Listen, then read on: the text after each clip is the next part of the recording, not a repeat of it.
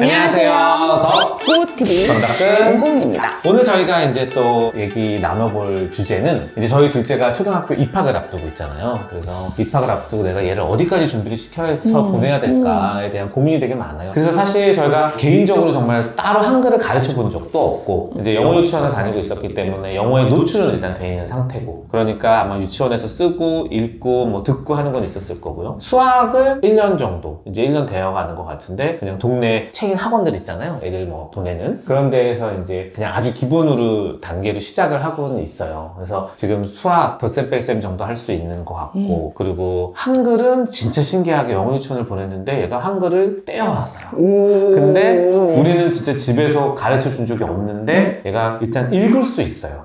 근데 제가 보기에는 쓰지는 못하는 것 같아요. 그러니까 쓰기는 쓰는데 쓰는 거는 항상 좀 많이 틀리고 일단 적어도 자기가 혼자 책을 읽을 수 있고 그리고 우리가 불러주는 거 예를 들어 써봐 뭐 예를 들어 선생님한테 편지 좀 써봐 그러면 아직 자기가 혼자 어떻게 써야 될지는 좀 막히는 정도의 단계인 것 같아요. 그래서 이 정도면은 어떻게 초등학교 준비가 다 되었나에 대해서 궁금해하시는 분들이 계실까봐 저희가 어느 정도까지 준비를 하고 보내면 좋을까에 대해서 얘기해 보려고 해요. 일단 한글 교육부터 좀 말씀을 드리면은 사실 이제 한글을 엔간히 다 떼서 보낸다고들 알고 계시는 분들도 계시지만 실제로 3학년, 4학년까지 한글 못 떼는 애들도 많아요. 그래서 실제 요즘 공립학교에는 1, 2학년 때는 이렇게 몇 반에 걸쳐서 한 분씩 애들 한글 봐주시는 보조교사가 있는 학교들이 있어요. 그런 식으로 하기도 하는데 자, 그래서 여기서 잠깐 못됐다라고 하는 게 어느 정도까지일까요?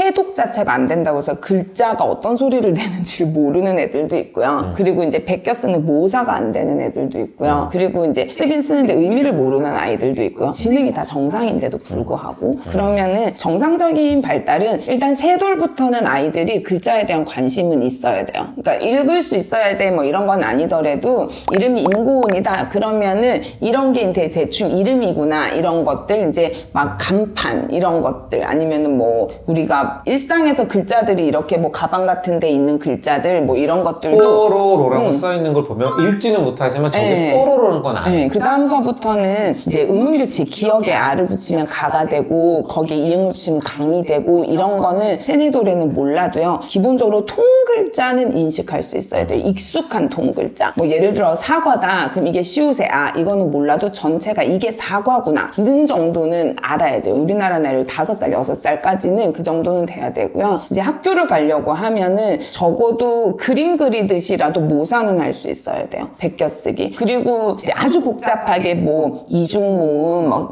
이중받침 이런 것까지는 안 돼도 소리 나는 뭐 비읍이 받침으로 들어가면 읍 하는 소리가 난다. 이런 것 정도는 감으로는 알아서 익숙한 글자들은 이제 모사를 할 수 있을 정도면 초등학교 들어갈 준비는 된 거예요. 그러면은 이제 초등학교 한 학기 동안 바른 글씨 쓰기 하고 받아쓰기도 하고 이렇게 하면서 음규칙을 기본적으로 배우면 초등학교 1학년 1학기에는 한글을 거의 다 읽고 쓸 줄 알아야 돼요. 맞춤법 조금 헷갈리는 것들 이런 거 빼고는 좀 여기서 조금 더 늦대다 그러면은 개입을 해야 되고요. 대신에 이제 발달이 느린 애들 뭐 말이 느렸던 아이들 중에서는 한글도 늦게 떼는 애들이 많거든요. 그런 아이들은 사실 저희는 이제 요 시즌에는 학교 준비반 해서 몇 명씩 그룹을 해서 학교 상황을 만들어 놓고 학교 준비반 같은 거를 이제 저희 같은 센터에서 준비를 해서 보내는 경우도 있습니다. 그리고 그럼 수학 같은 경우는 산수는 어느 정도 선까지 우리가 노출을 시키고 보내야 될까요? 기본적인 이제 수 개념은 확실히 있어야 되고요. 이제 수 개념이 있으면서 이제 뭐 숫자로 더하기 빼기 이런 것까지는 안 되더라도 이렇게 우리 어렸을 때 박스가 있는데 뭐 이렇게 여기 3개 있고 2개 있으면 숫자를 세서 그러면 적어도 학교 가기 전까지 100 정도까지는 셀 수 있어야 되거든요. 그림으로 되어 있는 사칙 연산 더하기 빼기 정도는 할 수 있어야죠. 그렇게 하고 이제 초등학교를 준비시키면 된다.